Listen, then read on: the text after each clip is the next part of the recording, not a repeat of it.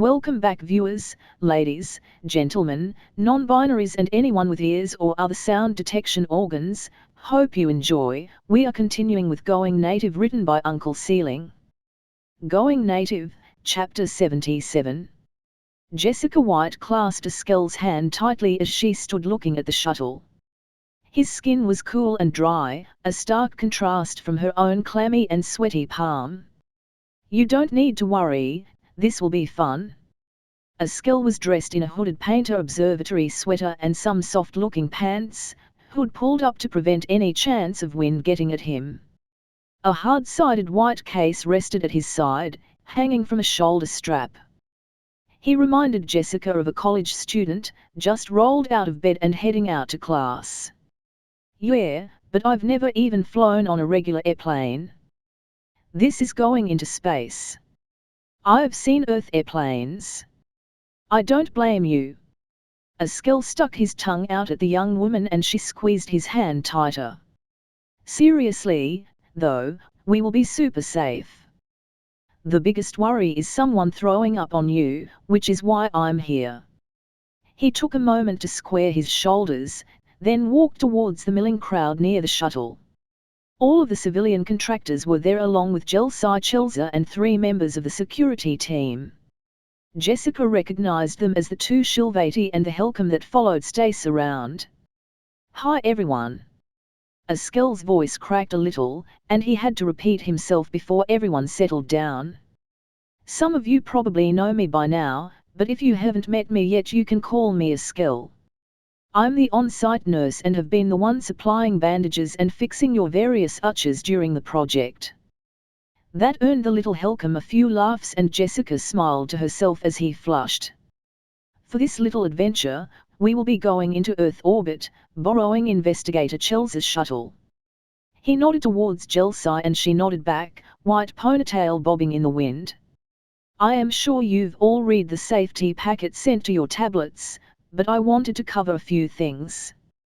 First of all, if you have any anxiety about large open spaces or agoraphobia, you will want to sit this out. The entire roof of the passenger compartment is a viewport, and I am told it can be overwhelming. Next, we are going to be starting with 1/10 of a gravity for a while before moving to 0 G. If you feel any nausea, any at all, come talk to me and I will give you some medication. And finally, a warning. Remember, you still have your mass in 0 G. Going fast into a wall will end up with sprained ankles, broken bones, or worse. To that end, do not try to." Eskel pulled a piece of paper out of the front pocket of his hoodie. The rest of his speech was slightly stilted as he quoted the note. "Jump off the wall and try to fly like Superman, because you will break your dumbass neck on the roof and we'll all have to come back down to drop your busted ass off at the hospital." He glanced back at Jessica and she gave him a thumbs up. The crowd tittered and laughed, which just made Eskel blush again.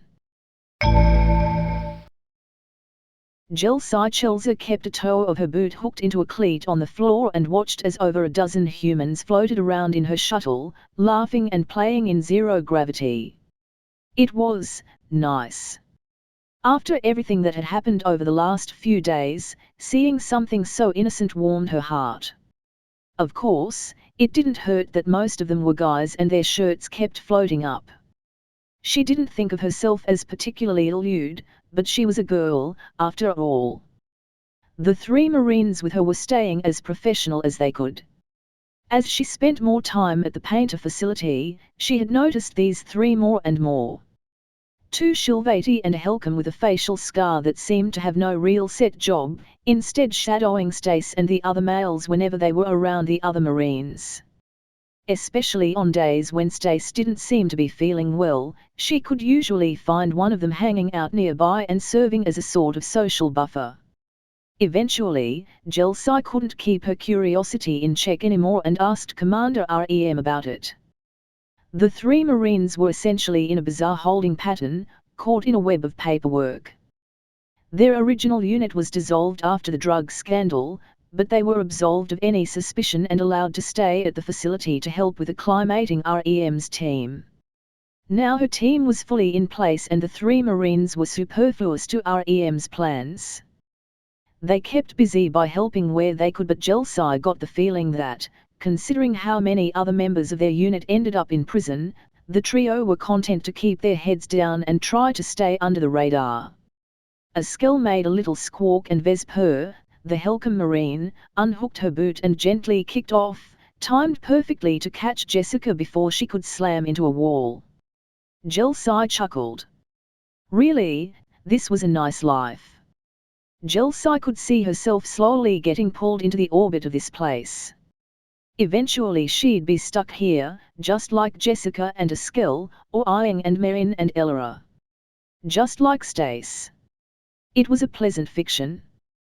There was too much work to do. Belle Alent was out there, running and hiding from justice, doing her best to destroy House Chelza. Spies and saboteurs were milling around, drawing closer and trying to disrupt the stability that Shilvati liberation was bringing to the planet. Watching the humans play was a fun little distraction, but that's all it was. Once this was over, she had to get back to work. Milton Quest took another sip of wine and checked his watch. He and his wife had both arrived at the restaurant early and now the actual time of the reservation was rolling around. The reservation was at 6:30 and sure enough Stace wandered in right as his watch ticked over. "You're definitely right," his wife said quietly as she leaned close to him. "He has to be seeing someone." No way did Stace pick out that outfit on his own. The man was dressed in tight-fitted dark slacks that seemed to hug at his hips. His shirt was the color of bone and had a wide collar and subtle flare at the wrists. The collar was open and hanging on a silver chain were 2 interconnected gold and silver rings. Again, the shirt seemed to be fitted tight to his body, and Milton noticed with a small smile that at least half of the Shilvati women in the room had stopped to stare. Stace didn't seem to notice, pivoting carefully on his cane while he glanced through the crowd until he found Milton and started to hobble over.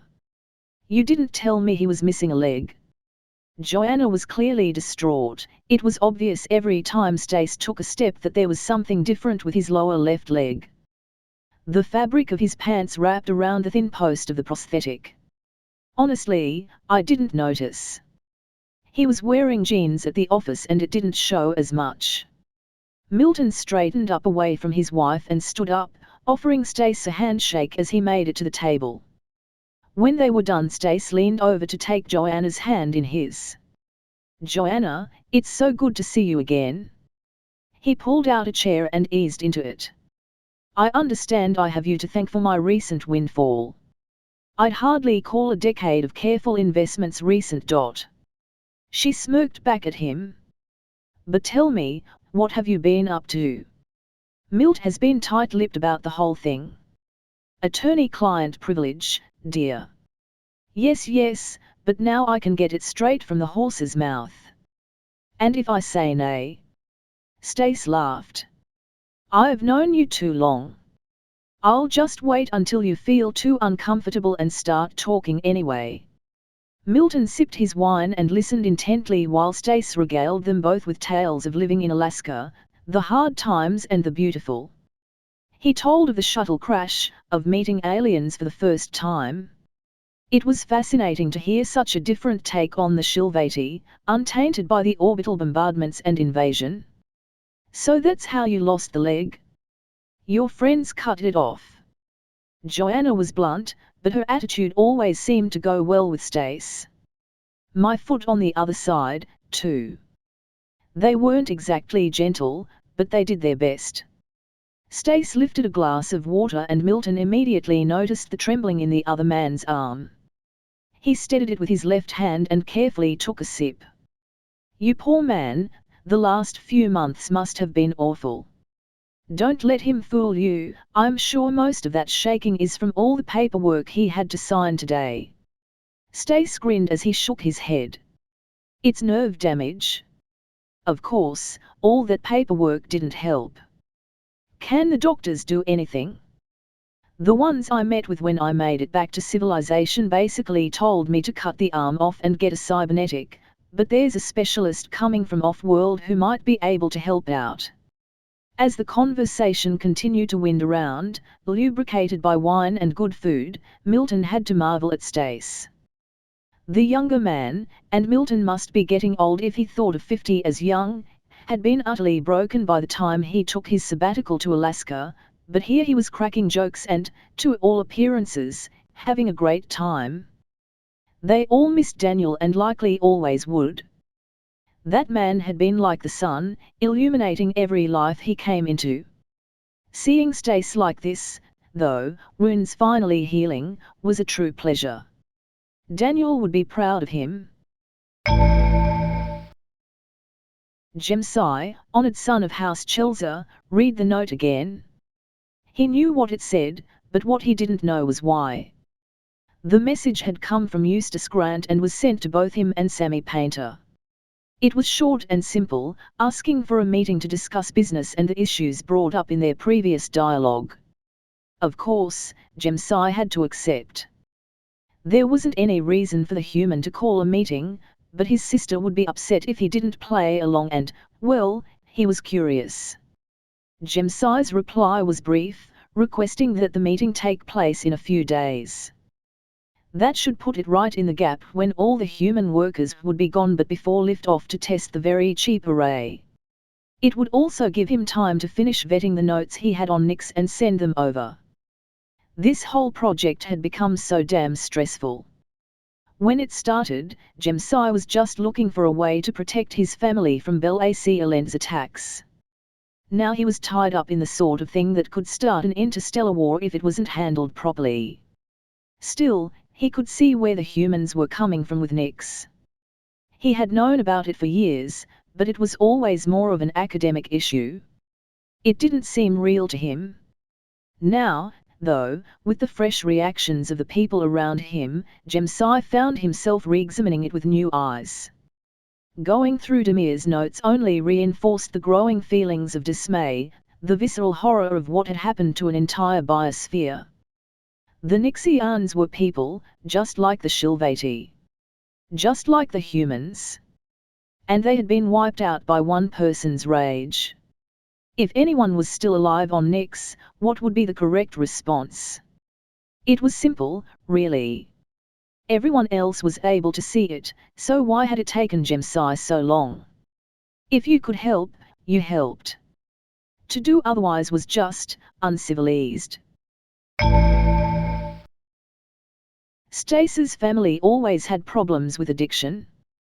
He knew there was a genetic component to it, so as a rule he stayed away from drugs and never drank alone. Thankfully, he wasn't alone. Stace took a sip of the rather fancy celebratory scotch, a gift from Milt, and looked over at his companion. Pom was happily chewing on a rib bone, making some adorable growling noises. He had to wonder what was going on in that tiny thing's head. Stace had sent a note thanking the regional governess's daughter for the gift, but he would have to make a point of thanking her in person at that party he was going to have to attend. At least Gel would be there to help him out. Now properly settled, reclining on the bed with his leg off, Stace picked up his pad and turned it on. He hated the glare from the backlit screen, but he hadn't had time to see if they made ones with whatever the current equivalent of e-paper was. Regardless, he would put up with it. He had some studying to do. Jemsai had apparently been hard at work, though Stace was still waiting on Demir Chelser's notes on the culture of the Nixian people. There was a lot more for Stace to work with now. Along with the planetary survey, he had biological reports and medical scans of actual Nixians he could review. The results were, well, extraordinary. Nixians seemed to be divided into two distinct phenotypes, who they referred to as the people of the land and the people of the sea. The differences were obvious at a glance. While the people of the land were tall and willowy, the people of the sea were thicker-bodied. Their hands and feet were webbed and their tails fanned out vertically, becoming more of a fin. These were not two different species, the change was entirely epigenetic. If a Nixian egg developed in an area of high humidity, they exhibited the visible characteristics of sea adaptation. Eggs that developed in drier environments caused the land adaptation, which seemed to be at least partially arboreal. Stace flipped back to the first picture he had seen of a Nixian. Tall and thin, with a flap of skin running down the center of the head that could be raised in a threat or mating display. No body hair at all, skin more reminiscent of a lizard. Huge, independently moving eyes. Their hands had 3 fingers and an opposing thumb, 2 fingers that provided control and dexterity and 1 other finger, taking up where the pinky and ring fingers would be on a human, that was large and flat. It possessed a fine texture like the pads of a gecko and had thick tendons attaching it to the forearm. A climbing Nixian could bend their thumb and control fingers back out of the way and use their strength finger to grip surfaces with ease. Their feet had the same texture as the strength finger, and climbing a tree, a rock face, or a sheet of glass would be as easy as walking for a land Nixian. A prehensile tail served to increase balance as well as provide an additional limb for grasping and climbing. Now he swapped to a new picture, one of a sea Nixian. Their coloration was darker, the light green of a land Nixian replaced by a deep green that was almost black. Still tall, the body was a little thicker, more heavily muscled. What Stace was inclined to think of as a swimmer's body, which made perfect sense. The overall shape of the head and face was the same, though their eyes seemed even larger, likely to take in more light when underwater. The chest wasn't just more muscular but was actually wider, with larger lungs that could let them stay underwater for an extended period. The changes to the hands, feet, and tail were the most striking.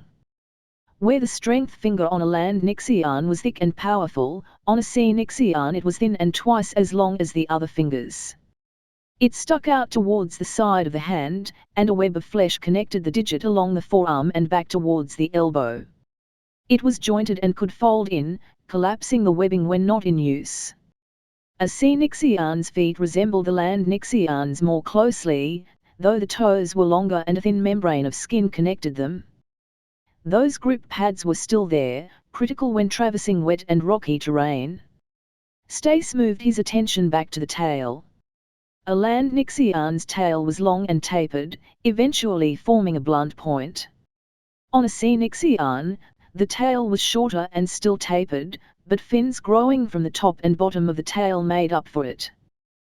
These could be folded, but at full extension a sea Nixian had a tail fin a meter tall from tip to tip.